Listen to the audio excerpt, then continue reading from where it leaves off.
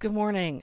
I would like to follow up live on something I posted as a meme, really, this weekend. And that's the difference between a non-compete clause and a non-solicitation clause.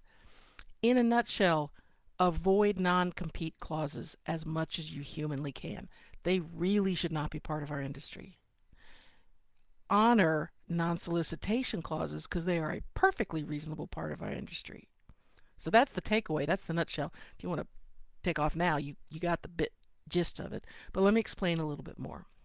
A non-compete clause says that when you leave this place of employment or contracting for X amount of time and X amount of area, you can't do business.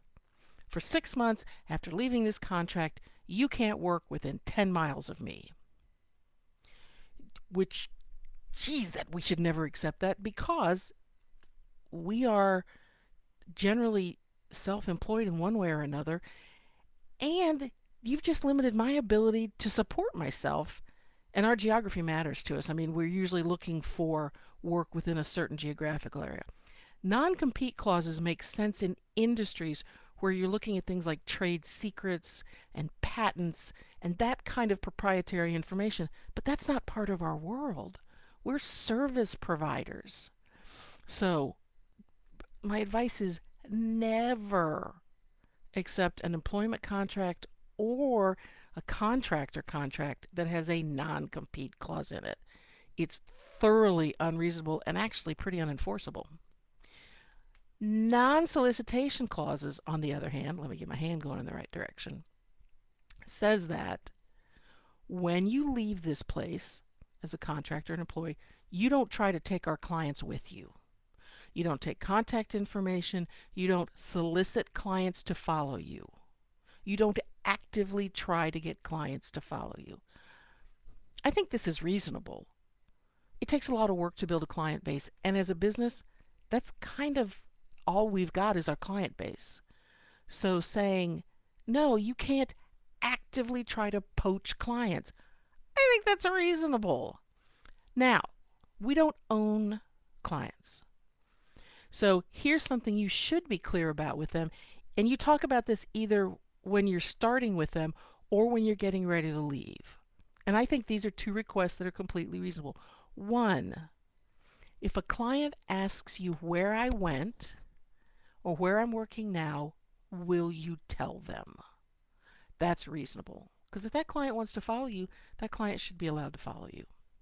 Two, may I tell clients I'm leaving? And if they ask, may I tell them where I'm going? Which is different from when I tell clients I'm leaving, I also go, oh, and I'm going to be over at Center City Salon starting on the 1st, because now you're moving into solicitation. You're moving into trying to poach clients. It can be a thin line, but it's a really important one. Because if you're going into a place of employment with the idea that, okay, I'm going to work here until I sort of build up a client base and take them with me, that is just shitty behavior. Okay, it just is. It's not ethical. It's not professional. It's crap. It's like, I'm not going to do any of the work to market my practice. I'm going to let you do that, and then I'm going to walk out of here with all these people. Would you want somebody to do that to you? Then don't do it to them. I feel strongly about this. So, non-compete, stay away. Do not accept contracts with a non-compete. They're unreasonable and not easy to enforce anyways. Non-solicitation, perfectly reasonable. It's in your best professional interests to honor them and ask for, how are we going to handle it if I leave? Because you want to be seen as a reputable professional in our industry. So, respecting the non-solicitation is respecting the amount of work somebody put into building a client base. Yeah, your work helped build the client base, but you didn't do any of the marketing. You didn't do any of the promotion. You didn't do any of that. You did the work as you were paid for, but the business did everything to get them to your table. So just respect the work everybody in our industry goes through to build a client base. That's my perspective on these two parts of contracts in our industry, in any industry. You, of course, are free to do as you see fit, but that's my advice. So, take good care of yourself. Enjoy your week.